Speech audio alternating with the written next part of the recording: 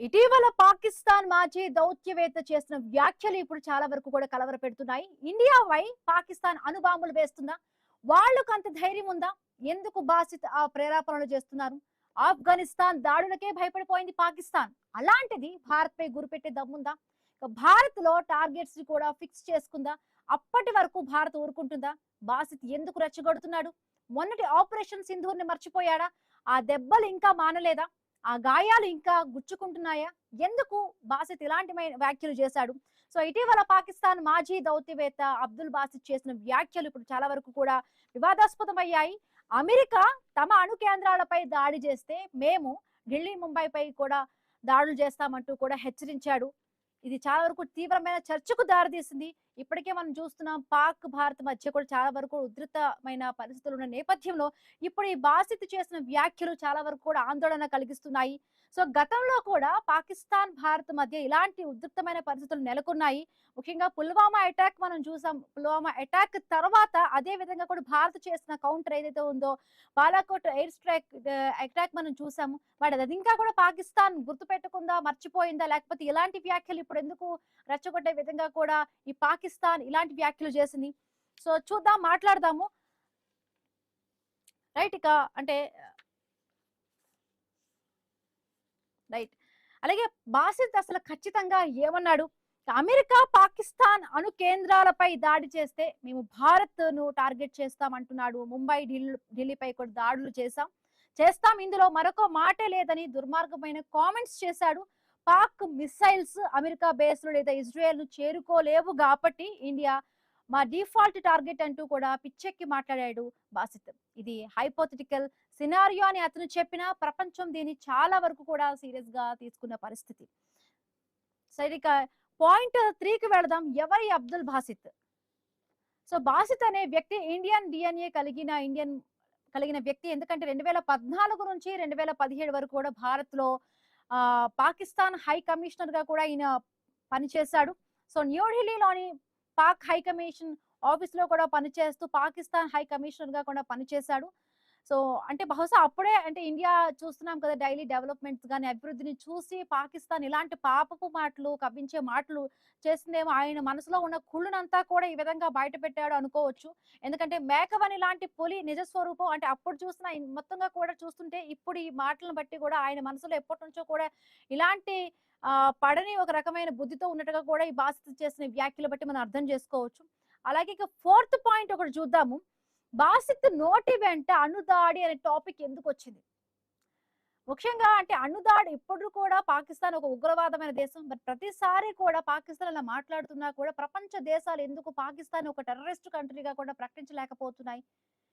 ఎలాంటి దాడులు ఎందుకు ప్రతిసారి కూడా మాట్లాడుతున్నాడు? అణుబాంబులు వేస్తామంటూ కూడా ప్రతిసారి కూడా ఆయన మాట్లాడిన సందర్భం పాకిస్తాన్ ఉంది. ఈ నెల 18న America director of national intelligence Tulsi Gabbard Senate intelligence committee ముందు 2026 సంవత్సరం థ్రెట్ అసెస్మెంట్ రిపోర్ట్ ను ప్రజెంట్ చేశారు. అందులో Pakistan long range ballistic missiles ను డెవలప్మెంట్ చేస్తోందని చెప్పుకొచ్చారు. ఆ ఐసిబిఎంలు కూడా అమెరికాకు దాడి చేయగలిగే కెపాసిటీ కలిగి ఉన్నాయంటున్నారు. ముఖ్యంగా కూడా ఎందుకు ఇలాంటి మాటలు మాట్లాడుతూ అసలు అణుదాడి టాపిక్ ఎందుకు వచ్చిందంటూ కూడా చాలా వరకు కూడా ఇక్కడ మాట్లాడుకోవాల్సిన పరిస్థితి. ఇక ఫోర్త్ పాయింట్ కి వెళదాము. సో నిజంగా భారత్కి ఏమైనా కూడా ప్రమాదం ఉందా?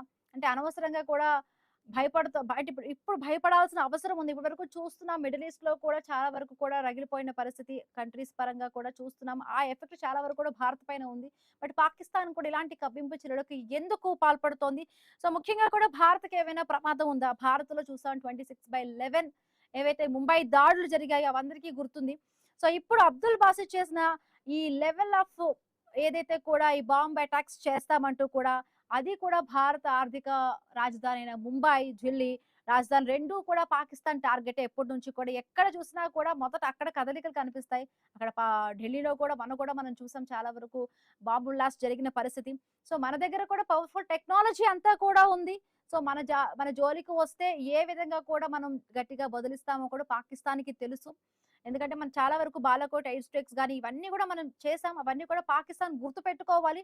మన సింధూర్ టైంలో కూడా చాలా వరకు కాళ్ల బేరానికి వచ్చిన పరిస్థితి. బట్ ఎందుకైనా కూడా ఇలాంటి కవ్వింపు చర్యలకు పాల్పడుతుంది. సో పాక్‌కే తెలియాలి.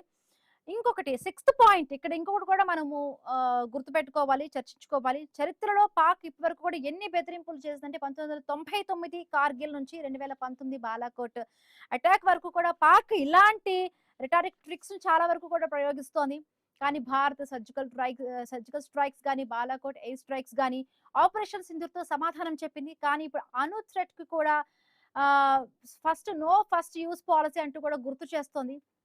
సో, అది కూడా పాకిస్తాన్ ఇక్కడ చాలా వరకు కూడా గుర్తుపెట్టుకోవాలి. మనతో ఇట్లా బెదిరింపులకు పాల్పడే ముందు తన గతంలో జరిగిన చరిత్రను కూడా పాకిస్తాన్ కూడా గుర్తుపెట్టుకోవాల్సిన అవసరం ఉంది. సో, పాక్ హెచ్చరికలు ఒక సెవెంత్ పాయింట్‌లోకి వెళదాము. పాక్ హెచ్చరికలు తెలుగు రాష్ట్రాలకు ఏవైనా కూడా భయం ఉందా అంటూ కూడా ఒక పాయింట్ ఉంది ఇక్కడ. సో, పాక్ టార్గెట్‌లో ఢిల్లీ, ముంబై మాత్రమే ఉన్నాయి. ఎందుకంటే అవి చాలా వరకు ఎక్కడ ఏం జరిగినా కూడా ఒకటి పాకిస్తాన్ ఎక్కువగా కూడా టార్గెట్ చేసేది మొదట హైదరాబాద్ ఉంటుంది. హైదరాబాద్ ఎలానో ఉంటుంది. దట్టు ఇక్కడ ఢిల్లీ, ముంబై తర్వాత కూడా హైదరాబాద్ అన్నట్టుగా కూడా చాలా వరకు ఎక్కడ మూలాలు కదిలినా కూడా హైదరాబాద్‌లో కొంత మూలాలైతే కనబడుతూ ఉంటాయి. సో, అంతవరకు కూడా వచ్చే సీన్ ఉందా అంటే డెఫినిట్‌గా కూడా లేదని చెప్పుకోవాలి. ఎందుకంటే మన దగ్గర కూడా S-400 రఫేల్స్, బ్రహ్మోస్ చాలా వరకు కూడా ఇలాంటి క్షిపణులున్నాయి. మనం చాలా వరకు సేఫ్. బట్ అబ్దుల్ బాసిత్ చేసిన ఈ వ్యాఖ్యలు పాక్ మెంటాలిటీని మరొకసారి బయట పెట్టినట్లుగా అయ్యింది. ఇప్పటికే ఆపరేషన్ సింధూర్‌లో మనం చూసాము. చాలా వరకు కూడా సింధూర్ ట్రీటీకి సంబంధించి కూడా మనం వాళ్ళతో చేసిన దానివల్ల వాళ్ళు కాళ్ళ బేరానికి వచ్చారు. వాళ్ళందరూ వాటర్ కూడా దొరకలేని పరిస్థితిలో కూడా ఆ కంట్రీ నెలకొంది. బట్ అయినా కూడా ఎందుకు ఇలాంటి కవ్వింపు మాటలైతే కూడా ప్రతిసారి కూడా పాక్ మాట్లాడుతుందో కూడా పాక్‌కే తెలియాలి.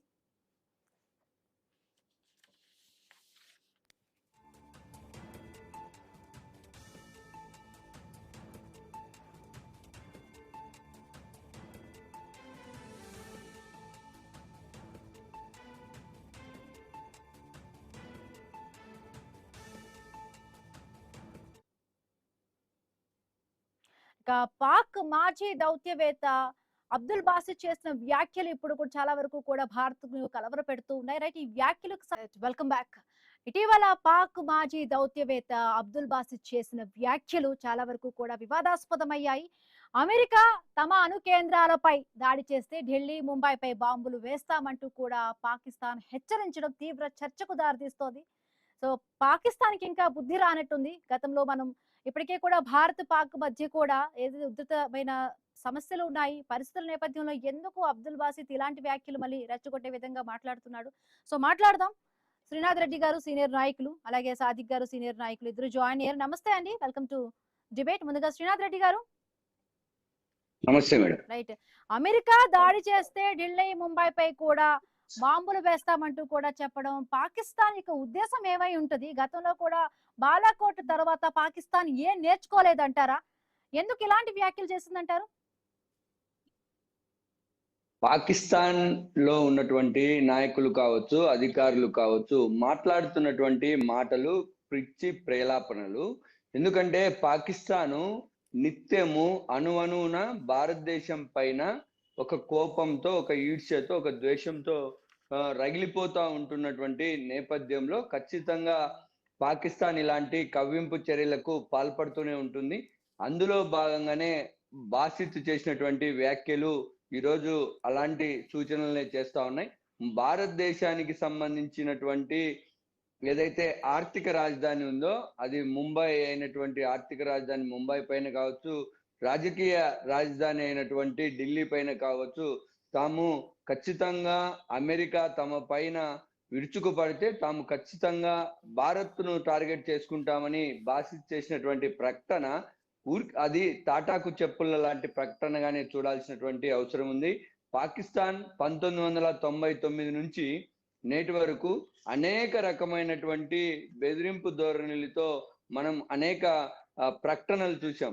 ఆ దేశ ప్రధానులు కావచ్చు, లేదా ఆ దేశానికి సంబంధించినటువంటి ఆర్మీ చీఫ్ ఆఫీసర్లు కావచ్చు, ఇప్పుడున్నటువంటి బాసిత్ కావచ్చు, ఒకరు కాదు, ఇద్దరు కాదు, చాలా మంది నేతలు, అధికారులు నిత్యం భారత్ పైన విషం కక్కేటటువంటి సంస్కృతి పాకిస్తాన్ లో ఉంది.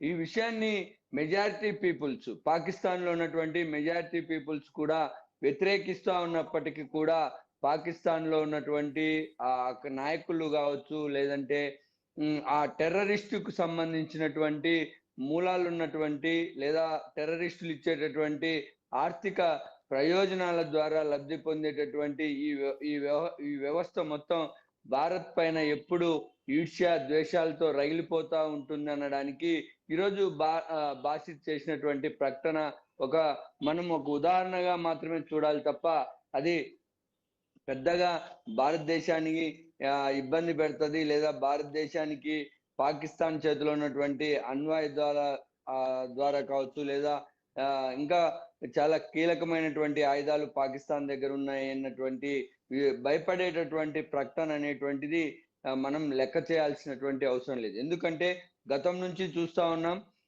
పాకిస్తాన్ ముంబై దాడులు కావచ్చు, లేదా అంతకు ముందు ఉన్నటువంటి సింధూర్ ఆపరేషన్ కావచ్చు, ఇవన్నీ మన భారతే కాదు, పాకిస్తానే కాదు, మొత్తం ప్రపంచం మొత్తం చూసింది పాకిస్తాన్ యొక్క పిచ్చి ప్రేలాపనలకి. పాకిస్తాన్ మాత్రమే నష్టపోయింది తప్ప ఇక్కడ ఎవరు నష్టపోలేదు.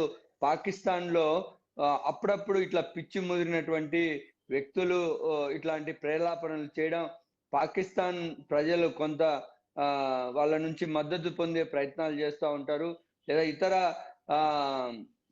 మైనారిటీ దేశాల నుంచి కూడా కొంత వీళ్ళు ఏదో సింపతిక్ ప్లానింగ్ లో భాగంగానే ఇలాంటివి జరుగుతూ ఉంటాయి తప్ప పాకిస్తాన్ బాసిత్ చేసినటువంటి మాటలను మనం సీరియస్ గా తీసుకోవాల్సినటువంటి అవసరం లేదు. అలా అని బాసిత్ లేదా పాకిస్తాన్ లో ఉన్నటువంటి వ్యక్తులు చేసేటువంటి వాటిని మనం మరి అంత పట్టించుకోకుండా ఉండాల్సినటువంటి అవసరం కూడా లేదు. అంటే సీరియస్ గా తీసుకోవద్దు, కానీ వాటిపైన మాత్రం ఒక కన్నేసి ఉంచాల్సినటువంటి పరిస్థితి ఉంది. ఎందుకంటే నిత్యం పగతో, నిత్యం ఈర్ష్యతో, నిత్యం ద్వేషంతో రగిలిపోతున్నటువంటి పాకిస్తాన్ ఏ విధమైనటువంటి భారత్ పైన చిన్నపాటి అంటే వెంట్రుక వాసి నష్టం చేయడానికైనా వెనుకాడని పరిస్థితి ఉంది. కాబట్టి వెంట్రుక వాసి నష్టం కూడా భారత్ లో జరగకూడదంటే చాలా అప్రమత్తంగా ఉండాల్సినటువంటి అవసరం ఉంది.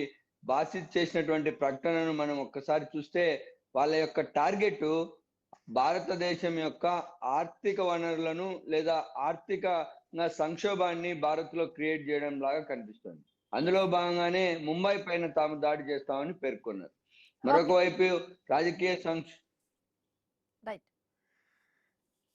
సాదిక్ గారు కూడా జాయిన్ అయ్యారు. నమస్తే అండి సాదిక్ గారు.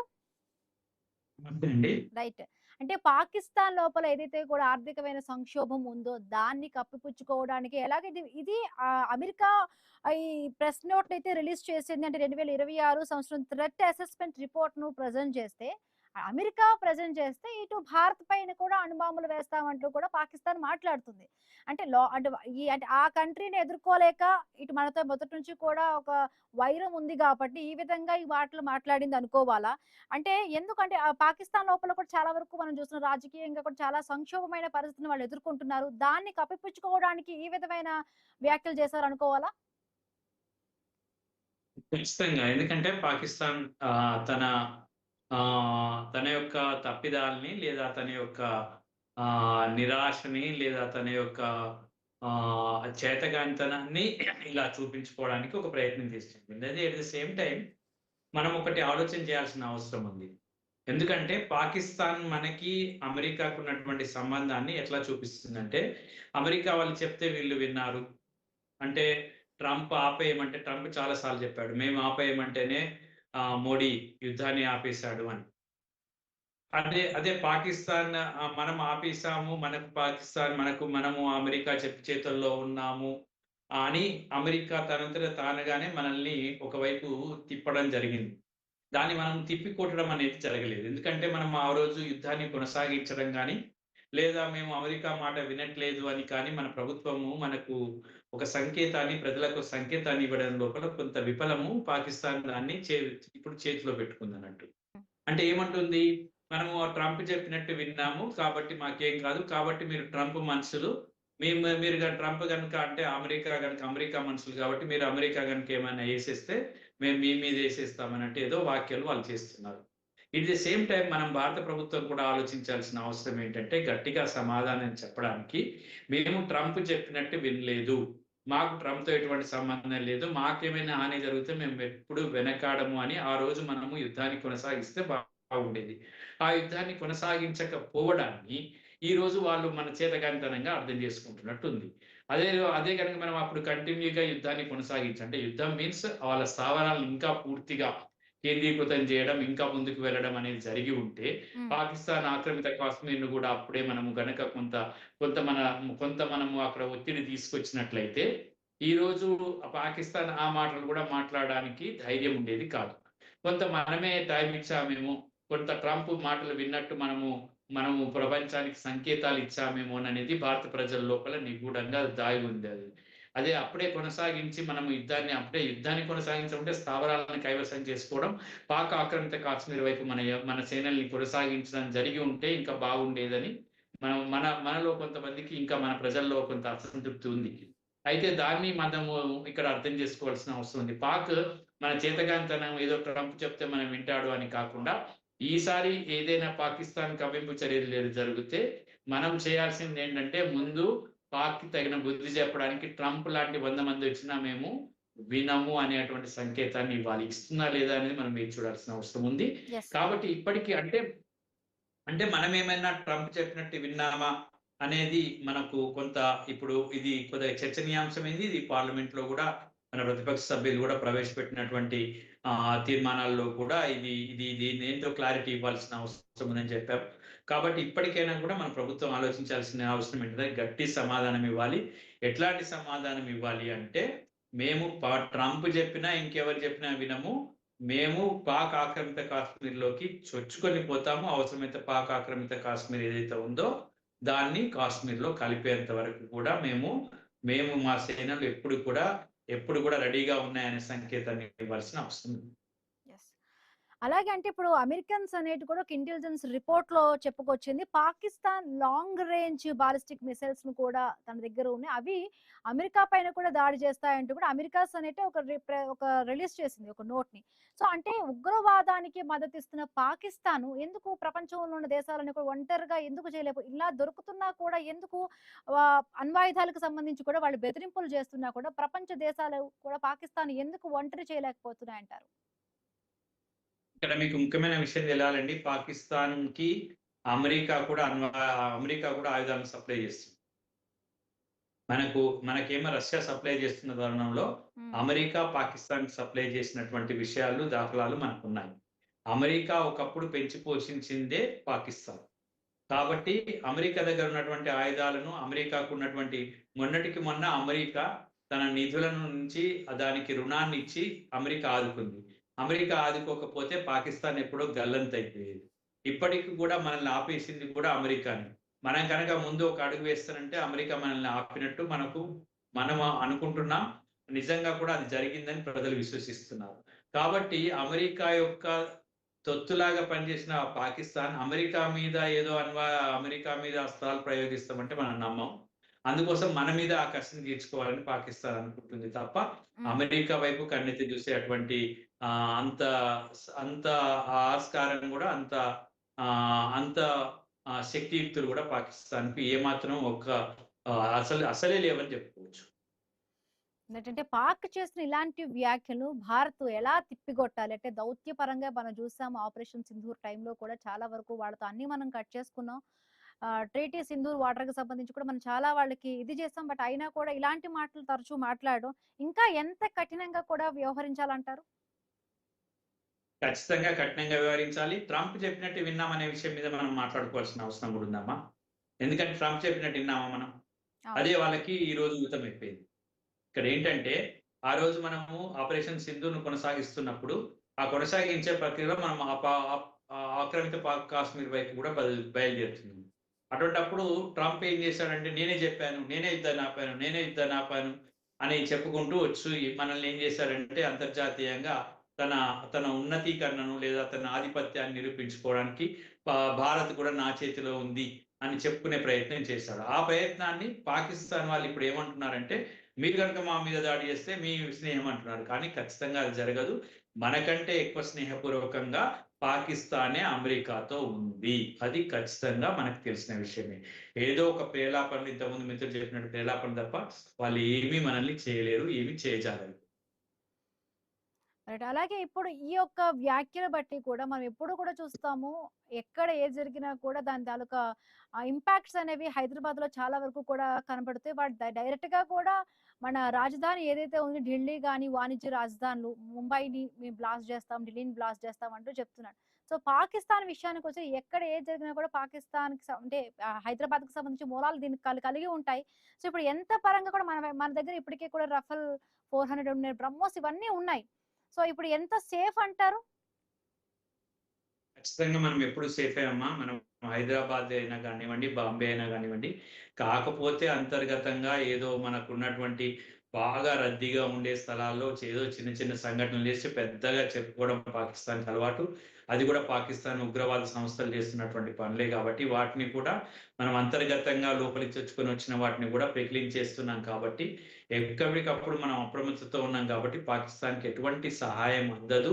పాకిస్తాన్ ఎటువంటి ప్రక్రియకు అసలు మొదలుపెట్టినా దాన్ని ఆదిలోనే తుంచేటువంటి సందర్భము, తర్వాత ఆదిలోనే తుంచగలటువంటి సామర్థ్యము, ఆదిలోనే చేయగలటువంటి మనకు శక్తియుక్తులు మన దగ్గర ఉన్నాయి కాబట్టి సందేహించాల్సిన అవసరమే లేదు. వాటన్నిటిని మనం తిప్పికొట్టడం అంటే ఖచ్చితంగా జరిగి తీరుతుంది. రైట్ అండి. రైట్. ఇక సెకండ్ టాపిక్‌లోకి ఎంటర్